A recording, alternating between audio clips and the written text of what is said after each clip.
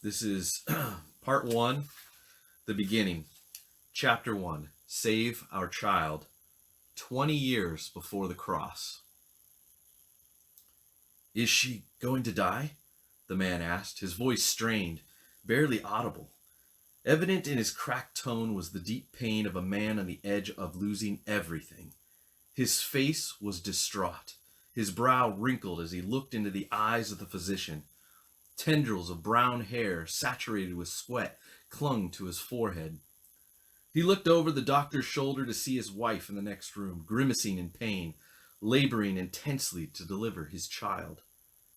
"I'm sorry, Nestor. The baby is not turned. She has lost a lot of blood." The husband turned back to him and said firmly, "By the gods, do something, anything!" But the doctor could only quietly retreat to his patient.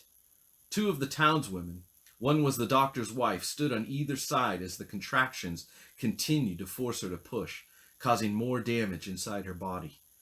One gripped her hand, speaking soothing tones to her, while the other wiped a cool, wet cloth over her forehead, making sure there was always a supply of fresh water available.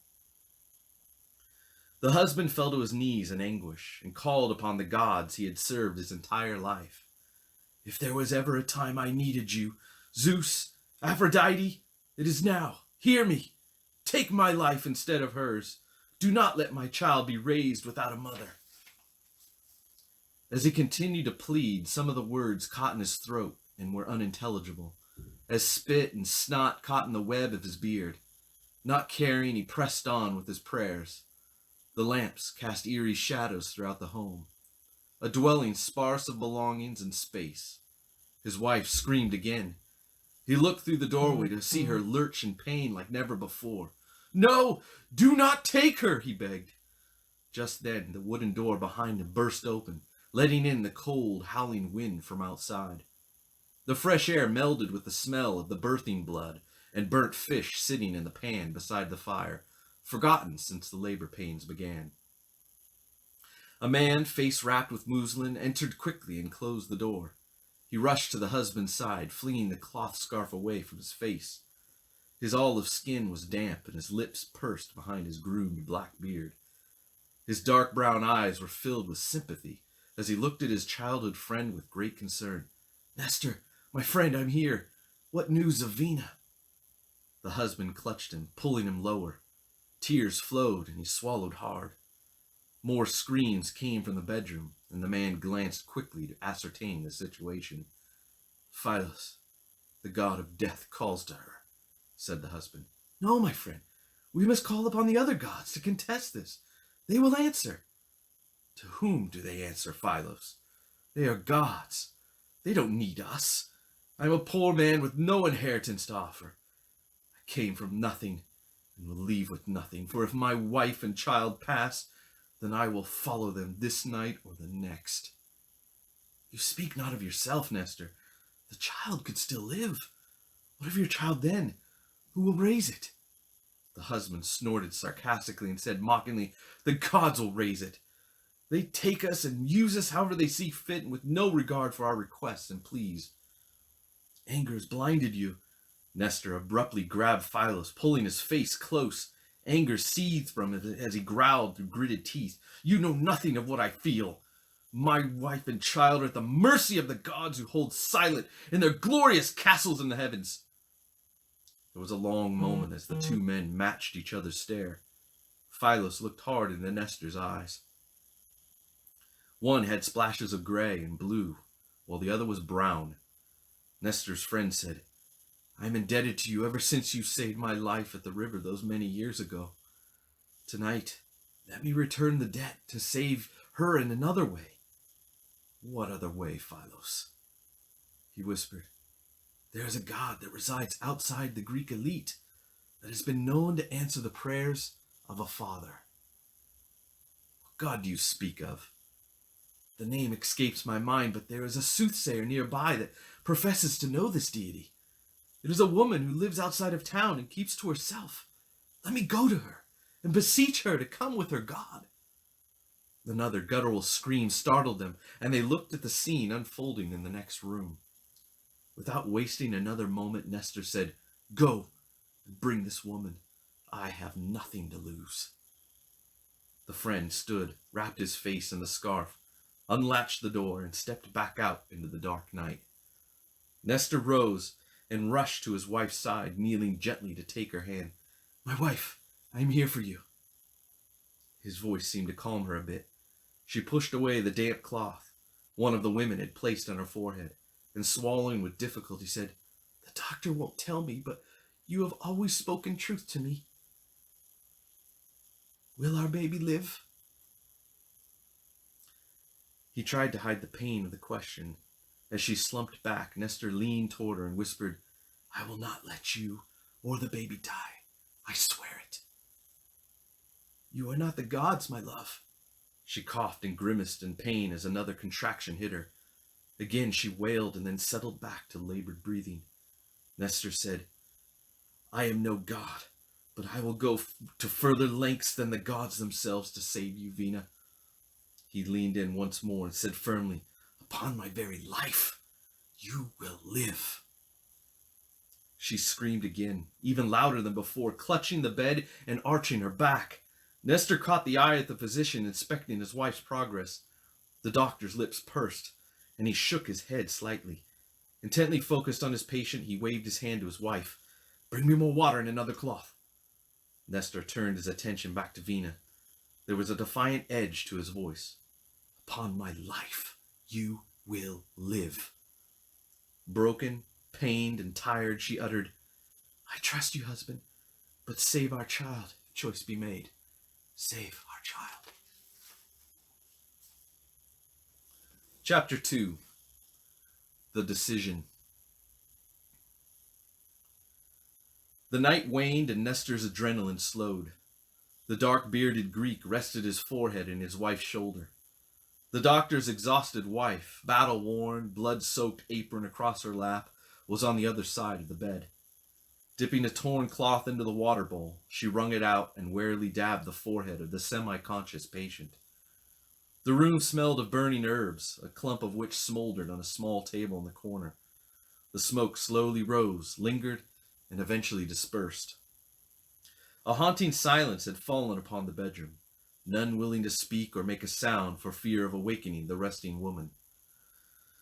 She had bled and screamed for hours, and now a fever had gripped her body. The doctor sat in a wooden chair, shoulders slumped, arms resting on his thighs while maintaining a sorrowful stare upon the couple before him. He knew underneath the blanket was a large amount of blood, even now soaking through the straw bedding and dipping to the floor below. His own appearance was that of a man who had done great battle. If another bout of contractions were to come, he feared he would not be ready for the task. There was nothing left inside of him. Hope had gone hours ago, and he was uncertain if the baby was even alive at this point. He silently thanked the gods for taking the baby, if that be the case. He silently prayed, "Goddess Tyche, bring her a favor, take the child home to be well with you, and spare the wife." Not a second later, the front door flew open. The door scraped over the uneven floorboard, causing a screech to sound loudly through the silent house. The doctor's wife scrambled around the bed, waving her hands to be quiet as two people entered. Nestor, alerted by the sudden commotion, lifted his head and turned toward the door. The weary doctor waited, not moving at anything but his eyes, thinking it to be more townswomen with supplies. Nestor's best friend Philos had returned. Stepping in behind him was an enchanting female. High cheekbones, long eyelashes, plump lips, piercing green eyes. She wore strange jewelry upon her neck and silver earrings that curled around her outer ear and draped to her shoulders. Her hair was covered by a blue shroud of silk. Nestor was enraptured by her beauty, and he could not stop staring at her. She stared back, not gazing away in shyness. Her persona radiated confidence as she slowly, seductively unwrapped her shawl, releasing long, raven-black hair, straight and luxurious. "Nestor," his friend called, "she is here to help." Nestor stood and walked toward him, leaving his wife's side. Intrigued, the doctor shakily bent forward to get a better look into the other room. A sudden jolt of realization came upon him. He quickly stood and charged into the front room. "She is a witch doctor! Get out!" The doctor's wife clutched his arm and tried to get him to quiet down, but he pushed her hand away. Philo stepped in between them, and he held the physician at bay with a palm planted against his chest. The doctor continued, "She knows nothing of the gods. She brings trouble." She spoke with a calm timbre. "And yet your gods did not prevent me from coming. The only trouble I see is your patient at death's door." "Nestor, what do you say?" Philos asked. "I will do as you wish." Silence befell the room as Nestor gazed at her in contemplation. He slowly raked his eyes across the room, as if to peer into each person's soul, trying to discern the answer to the choice before him. Nestor pleaded with the doctor. "Is there another way? I beg you to tell me." The doctor started to answer, but held his tongue. With lips pursed, he placed his hands on Nestor's shoulders. "I am doing all that I can. I beseech the gods on your behalf and pray they answer. But I plead with you not to release the dark magic she will impart upon your family." After a long moment, the mysterious woman stepped between them to enter the room where Vina lay dying. "I am familiar with your gods, and they have called upon me before," she said. "She speaks the truth, Nestor," Philo said. "I heard a story from a traveling Cimmerian who claimed he witnessed her workings to save a man from death. This is how I knew of her whereabouts." "What is your name?" Nestor asked, following her to the bedside. Standing at the foot of the bed, she put out her palm and waved it slowly over the dying wife. "Her life is faint, but the child is strong." "Your name, woman!" Nestor's voice was low and demanding. She turned with a smirk. "Maman Brigitte. Most call me mother."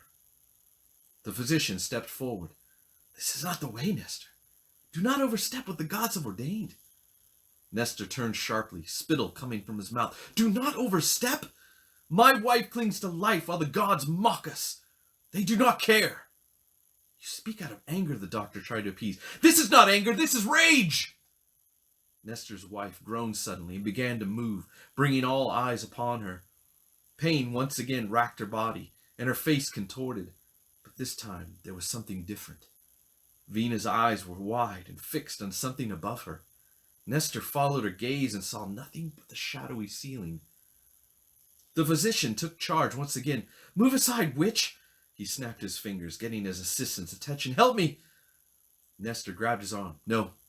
You have done all you can, doctor. It is time you leave. For my fate with the gods does not involve you any longer. Now go." The frazzled doctor's wife, wisps of graying hair escaping her scarf, stood frozen in place, unsure what to do. "Nestor, please," the doctor begged. "No, you must go. Go now." Nestor took a step back, making room for him to leave. Philos, following Nestor's decision, gently grabbed the doctor's arm, helping him to the door. Maman Brigitte said to the other women, "You are not needed either." Two younger women backed away, averting their eyes from the enchantress. One knocked over the bowl of fresh water, causing it to splash everywhere. The wooden vessel bounced until finally settling. Philos closed the door behind them. The sorceress gracefully moved closer to Nestor's wife, pulled herbs from a pouch at her side, and sprinkled them over Vina. This settled the woman. Maman Brigitte inhaled deeply, closing her eyes as she leaned over the bed. She weaved her hands back and forth in synchronized movements. Mammon began to chant in an entrancing language that neither Nestor nor Philos understood. Eldivar, wind sadir, let the four your corners. Are you gain a story, dark ni, hayades, Eldivar haldin. A crack of lightning startled the mesmerized men. Drops of rain pelted the rooftop, quickly growing into a torrent that filled the street. Mammon pulled away the covering to reveal the naked wife. Philos quickly looked away, but found himself slowly peering back over Nestor's shoulder. Mesmerized, the men watched Vina's stomach stretch as the baby pushed, reshaping the skin. The wife broke into a heavy sweat with drops forming on every surface of her body. She was stuck fast, motionless, almost wooden. Mammon reached into another pouch along her belt. She brought out a mustard-colored dust, which she spread over the mother's exposed belly and then upon her forehead. The witch doctor turned to Nestor. "Put out your hand." "Why?" "Just do it. Do it now." He fearfully held out his hand, which she quickly grabbed with one of her own. With the other, she pulled forth a small blade. She ran the knife over his palm, cutting him. He flinched, but she held him in place, directing his bleeding hand over his wife. Blood dripped onto her belly and mingled with the yellow dust. She pushed his hand away. Nestor retracted in pain, still staring at the witch doctor, surprised at her strength. A new chant came forth in the same mysterious language. "Word fell sintu vai, nosu doctri blaka stream. Arcane a story power of rivalid, darkly a story vehement ragvied." A second bolt of lightning cracked, and Mammon gasped. Her face grimaced, and she slowly turned to face the men who waited with held breath. "Come, Philos," he stuttered with surprise. Me?" She lurched, grabbed hold of him, and yanked him with an unnatural strength to stand next to her. "Put out your hand." He looked at Nestor, who could only stare back with bewilderment. "Do it now, before it is too late," she commanded. Philo shakily brought out his hand. She grabbed it and sliced it across the palm. Blood trickled out and fell upon the woman's belly. As soon as it hit her skin, it fizzled like water on a searing pan. The witch doctor pushed his hand away, smiled, and nodded her approval. A strange, ethereal smoke began to form, moving up, then side to side, and twirled around the two men. It entered their lungs, and their eyes rolled back into their heads. Philos and Nestor's feet slowly lifted 2 inches from the ground. Their arms were limp as their backs arched. The dark smoke writhed around them, seductively moving its tendrils over their bodies. Nestor's wife suddenly lurched upright and shrieked, jarring both men from their trance. They dropped to the floor with a crash. Nestor scurried to her side. The witch doctor yelled at her, "Push!" Venus' scream became a growl as she did as instructed. "Push!" Mammon commanded again and again. Each command invoked the woman to growl in pain and push. Drops of sweat slid down Venus' forehead, and veins of stress bulged around her temple and neck. The smell of mustard and blood permeated the room. Vina lurched forward, gripped the edge of the bed in strained, controlled grunts. "I can see it! The baby is coming! Keep pushing!" Mammon Brigitte gripped the crowning head to help pull the baby out. "One more!" Vina fell back in exhaustion just as the baby finally came out. Mammon held up the child for them to see. The umbilical cord was wrapped around its legs like shackles on a prisoner. She cradled the child for stability, cutting the umbilical cord. The rubbery cable slid loose and fell to the ground. "Will she live?" Nestor whispered. "Take hold of your son." Nestor, fighting tears of relief mixed with joy, took hold of his child. He looked at this tiny being in his hands. The baby calmly looked back at him. Nestor was struck by the life he saw in those eyes, as well as the fact that one of them was mismatched like his own. "My son, you are my..." He choked back his crying and repeated, "You are my son." Mammon Brigitte gathered her belongings and headed for the door. Philo stopped her. "Will she live?" She looked back at the woman lying in the blood-soaked bed. Just then the new mother coughed and her eyes opened. "She lives?" The enchantress smiled as she stepped around him to leave. "Wait, what about payment?" She stopped, turned to face him. "You have paid plenty, Greeks of Hippus." She turned away and departed into the night. Philos wasn't sure, but he thought the door closed behind her by itself. He shrugged it away when he heard the baby cry. Nestor brought his son to his wife, who pulled the sheet back over herself and was now sitting up. She gave her husband a tremulous smile as she reached out to take hold of her baby. Vina's lips began to quiver as she gazed at her son. "Nestor, he has your eyes." She looked at Nestor, affectionately smiling, and then back to her son. The baby began to root around, so Vina guided him to her breast to nurse. Nestor leaned down and kissed Vina on the forehead. "His name is Dismas." Nestor was barely able to speak. He embraced his beloved wife and child gently and let the tears come. "Dismas," she whispered, "our son."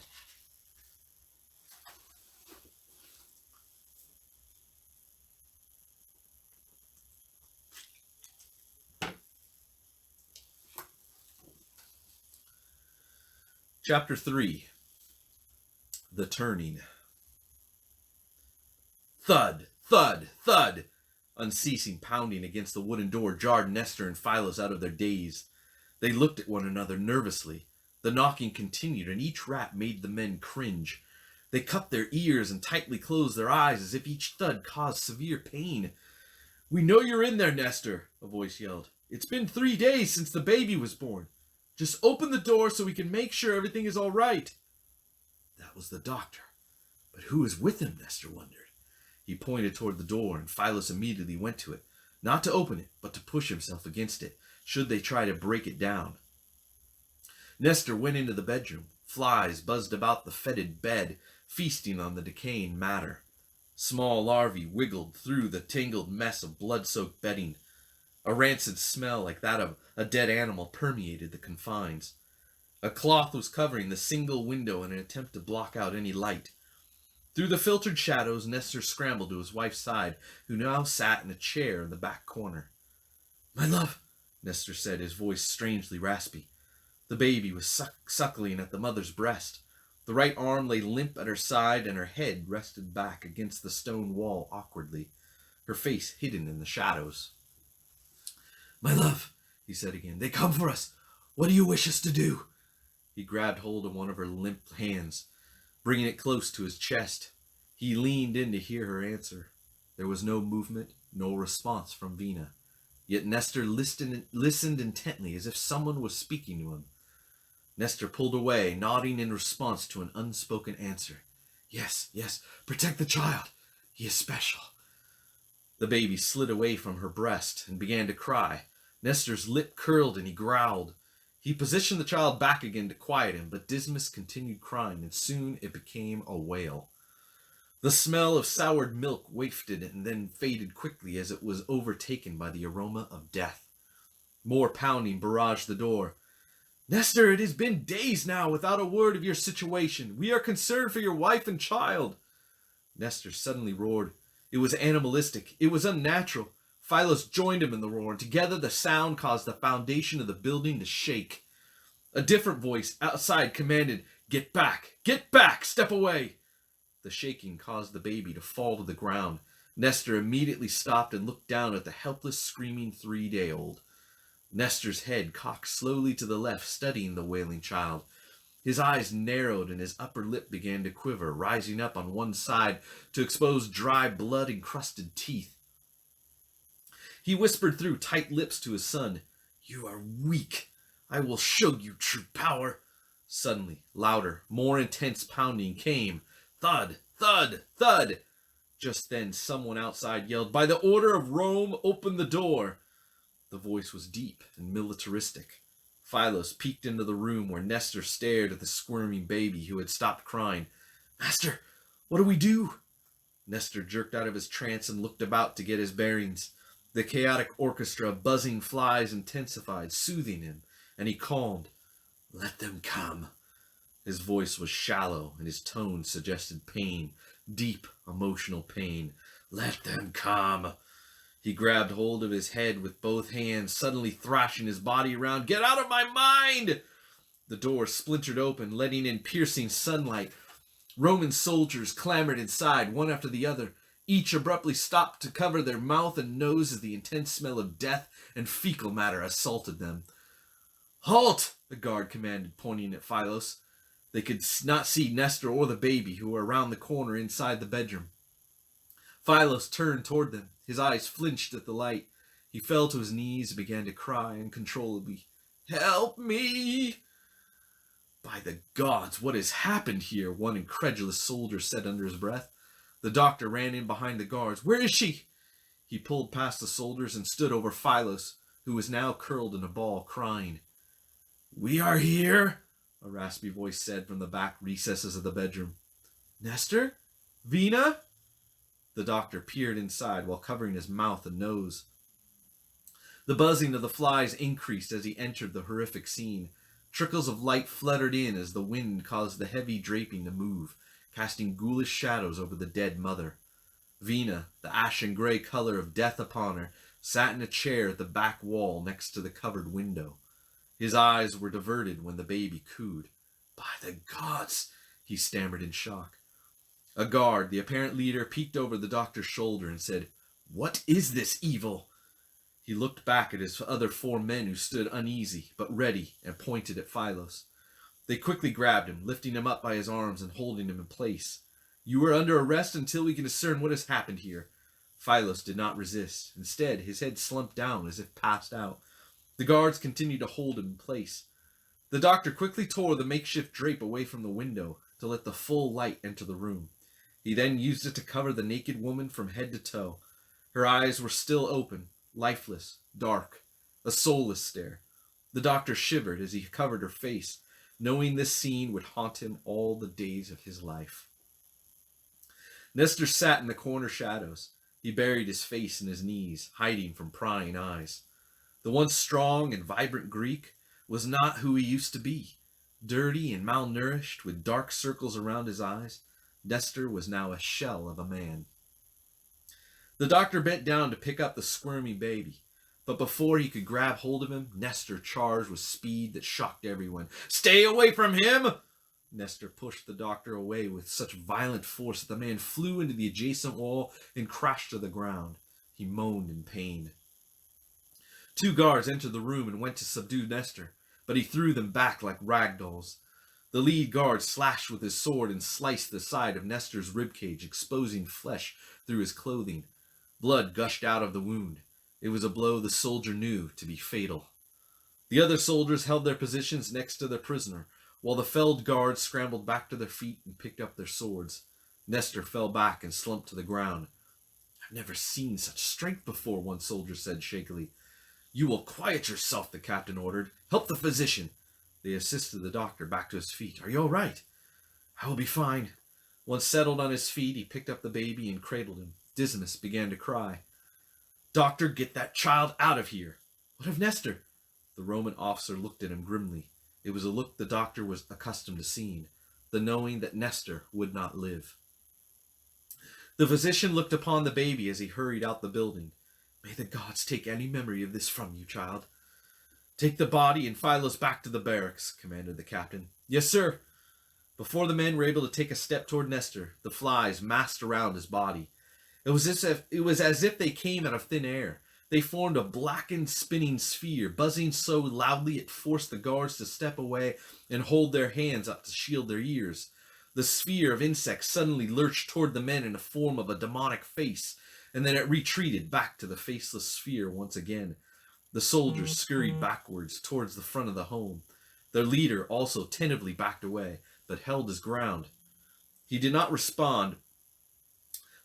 "Nelius, what is this madness?" one guard said to the captain. He did not respond, nor did he look away from the body now covered by the insects. Instead, his eyes narrowed in disgust, transfixed at the sight. The other men moved Phylos outside into the street. One sentry coughed as he took in fresh air and then almost vomited while holding himself steady against the adjacent building across the narrow street. Another kept his sword ready in attack position, while the remaining 2 held Phylos captive. A few other soldiers, who had been waiting outside in case they were needed, said, "What happened in there?" The one holding the sword quietly began to speak. "It's not natural," he mumbled. "It's just not natural. Not natural. The flies, all the flies." "Ephraim, calm yourself," one of the men said. A nervous sweat beaded and then ran profusely down his forehead, and his tan skin turned ashen. "It's not natural. The flies, it's not natural." The captain remained steadfast, still standing in the entry of the bedroom. He watched as some of the flies landed on the body while others buzzed about in a frenzy. The stalwart warrior who had seen the gruesome battlefield many times over was startled nearly out of his skin when Nestor suddenly flinched and sat straight up. Flies covered Nestor's face, entering in and out of every orifice. The captain could not believe his eyes when Nestor stood. The abomination had not used his hands to push himself up, but instead had stood supernaturally, like a wooden board being lifted up at one end. Neleus raised his sword. He was confident in his skills and training, having been in many battles, but unsure as to what he was fighting, as this was no mere man. "What is it?" the nervous guard spouted toward his captain. Neleus looked over at his soldier for the briefest moment, and then looked back at the monster before him to see Nestor holding his side where he was wounded. The flies had mysteriously vanished. Neleus's eyes darted around the room, and he saw not a single insect where there were once thousands. It was eerily quiet. "Help me!" Nestor coughed and then slumped forward. Neleus instinctively dropped his sword and caught Nestor before he hit the ground. "Guards!" Neleus ordered. "Get in here. Take them to the courtyard. I want them both shackled in restraints." They paused, but he boomed, "Now!"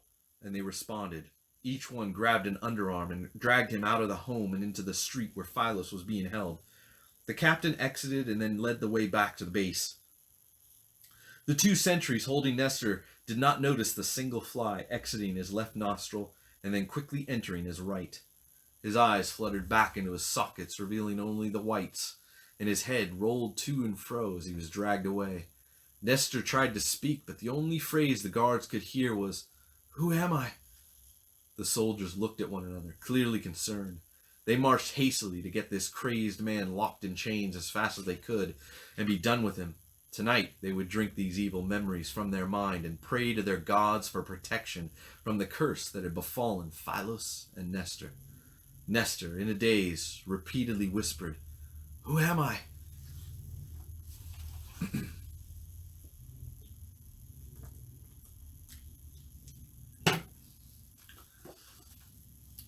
This will be the final chapter of the evening, chapter 4, The Tombs. "Are they secure?" the voice said nervously. Sweat and grime covered the face of the Roman soldier who had just entered the quarters. His arms securely cradled his helmet against his thick leather armor around his chest. He was attempting to calm himself as if he had just come from the battlefield. "Yes, Commander Fortis. It took 10 of us to subdue, but one of them after they broke the first restraints. They are now bound in chains on the wall outside for the time being. I have posted guards with clear instructions to keep everyone away." The commander massaged his temple to alleviate the bad headache that had resulted from this entire ordeal. "We don't have the resources for this. I need everyone watching the north and east roads. Damn bandits have been reported in the area." "Yes, Prefect, I will assign the guards as instructed. Wait, the chains." He paused. "They will hold?" The soldier had not made eye contact until now. He exhaled slowly. "Yes, sir. The chains will hold." "Then take those men and secure the north and east road." "As you say, sir," the soldier replied obediently as he turned to leave. "Wait!" the commander interrupted. "Have Lucius' team position troops on the south road as well." "But we don't have enough men." "Do as I say! These bandits love to use trickery and rarely follow any rules of engagement. They are barbaric and will die as such." "As you say, sir." He bowed and retreated from the small room. The commander went to his water bowl to wash his hands and face. He rested his arms on the edge and massaged his neck, letting the water dribble down his back. His nose almost touched the water in the basin. The pressure of maintaining the region with no support weighed heavily on him, and the report of the unusual evil disturbance in town with these two Greek men now in chains did not sit well in his stomach. The stress was getting the best of him. Cool water dripped into the basin, and he focused on the relaxing sound it made. A strange screeching noise interrupted his momentary relief, beckoning him to look outside. "What is that noise?" he thought.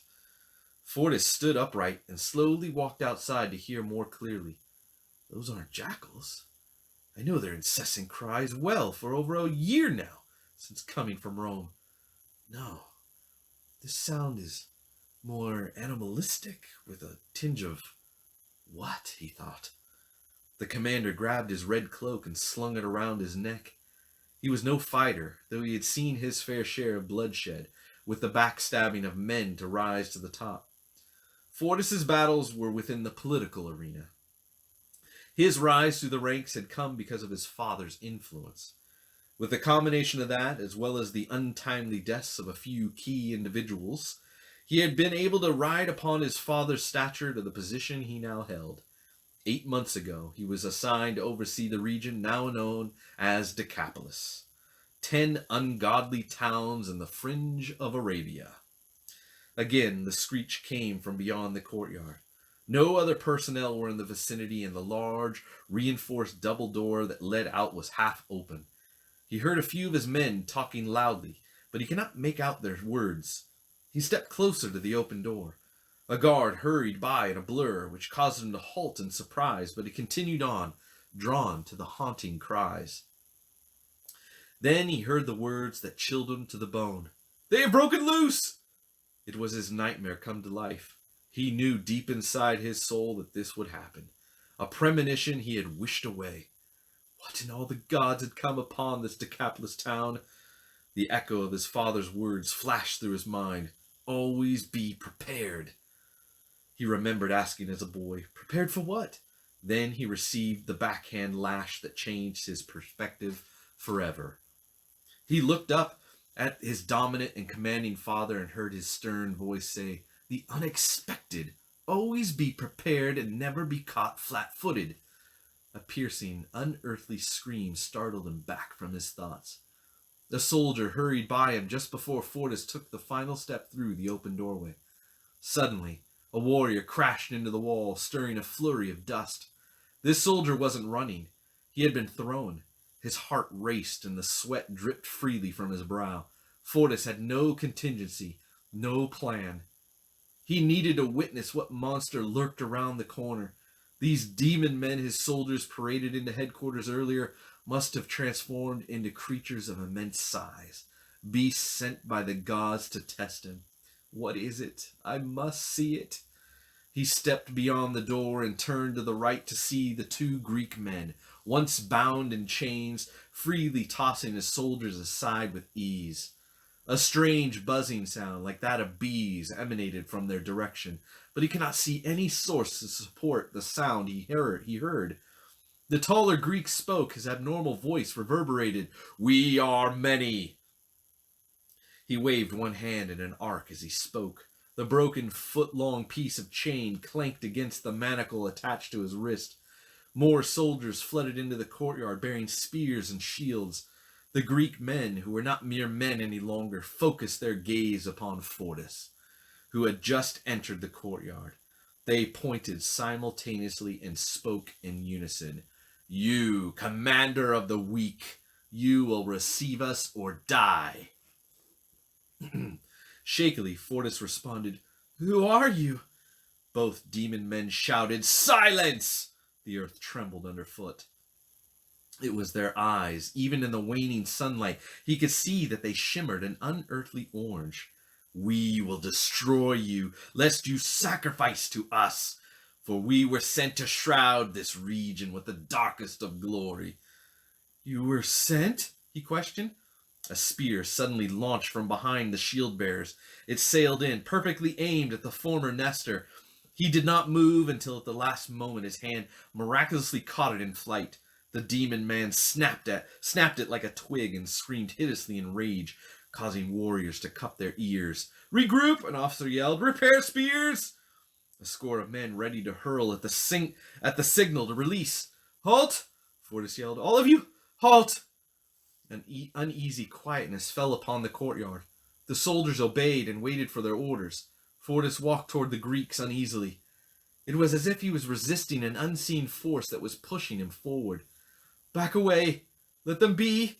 He resigned. There was a noticeable grimace on his face as he gave the orders. The men glanced at one another, uncertain whether this was a trick. But how could it be? The commander gave them an order, and the Roman way was to obey. One by one they backed away and opened up a path for the 2 demon-possessed men to exit. Soldiers held their breath as they walked past them. The demon men turned to and fro in an agitated state of mind, sometimes lurching toward a warrior, causing the Roman to flinch and flare his shield. Roman soldiers wanted to fight and showed no fear or backing down. The chapped, dry-skinned faces of the warriors creased in disgust as they watched the Greek men leave the courtyard of the great Roman citadel of Hippus. Rome doesn't know defeat. This was instilled into every one of them. Nestor and Philus departed, and so did the presence of evil that enveloped the area. The commander did not give any orders, but instead walked back to his quarters solemnly. His men followed a step or two, then stopped and watched their leader close the door to his office. Orders shot out from the next in command. "Back to your posts! I want men on the north and south roads." Another order came on the heels of the last one. "Officer Nelius?" "Yes, sir." "I want your patrol to follow them. Do not engage, but do not lose sight of them. Have a messenger report back." Nelius nodded. "Yes, Lucius," he commanded, or he hesitated. "What is it, Nelius? Speak freely." "What are we doing, Lucius? Those things need to be put down." "I know. I will speak with Commander Fortis." He placed his hand on Nelius's armored shoulder. "Don't engage them. Just monitor. Do you understand?" "I understand." The sound of sandaled soldiers bearing shields, spears, and swords was heard moving out. A calmness returned and order was restored. Commander Fortis, hands covering his face, wept. "I am weak. I am not worthy, Father," he said through muffled tears. He could hear his father's words in his mind. "You are a failure, a disgrace to our family." He was right, and there was nothing he could do about it. He whispered, "You sent me here, didn't you, Father? This godforsaken station out in the middle of nowhere, you sent me here to die." A single fly buzzed around his left ear, and he swatted it away. Fortis froze in place after swatting the insect to see the tall demon man standing before him. The Greek's dark beard was matted with blood and saliva. His eyes glowed a reflective orange. Fortis stared in horror. "Do not speak, only listen," the demon whispered, his words echoing around Fortis. "We will make you strong, commander of the weak. We are many, and this region was given to us. Your weaklings will be ordered to stay back from the tombs. You will bring us an animal sacrifice every day. Do you understand, commander of the weak?" Fortis nodded. The chamber door rattled, causing Fortis to jolt. The soldier pounded on it 3 times in quick succession. "Sir, I need to speak with you right away." The demon brushed Fortis's cheek with his hand and then brought one finger up to his lips and said, "Shh. We will make you strong. We will make you known and feared across this land. We will protect you as you protect us." Nestor backed away into the shadows of the darkened corner of the room. "Prefect, are you in there?" No answer. Lucius yelled out to his soldiers, "Something is wrong. Open this door." Several minutes elapsed. Whispers ensued outside the reinforced wooden door. Suddenly, it flung open as 2 warriors slammed a heavy steel-tipped wooden beam into it, breaking the locking mechanism.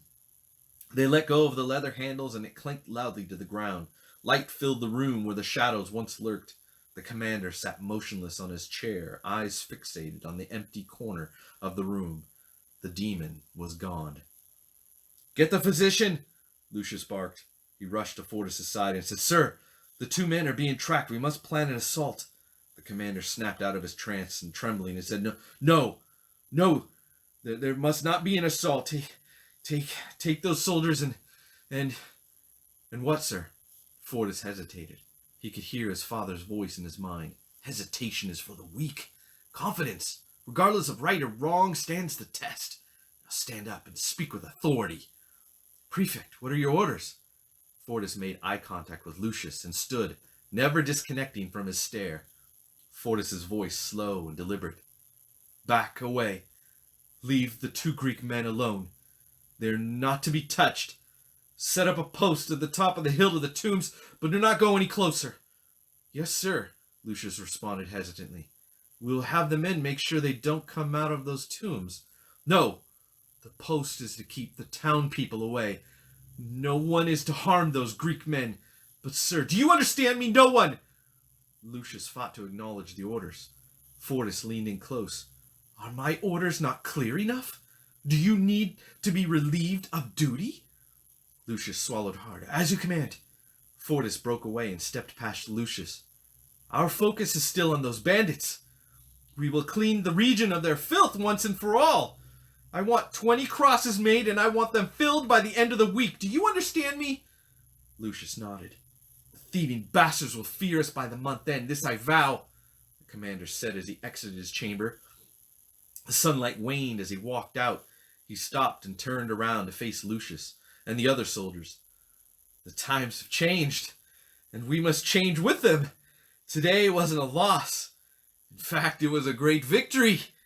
Fortis smirked as he watched the bewilderment of his men. Fortis turned and walked away briskly. Yes, a great victory! He yelled for all to hear. The men stood dumbfounded. Fortis knew he would use this supernatural force that just took residence within his region. Over time, wielding this new power, his father and Rome itself would hear of his great exploits and finally take notice. That concludes the first 4 chapters of Demons and Thieves, Part 1, The Beginning.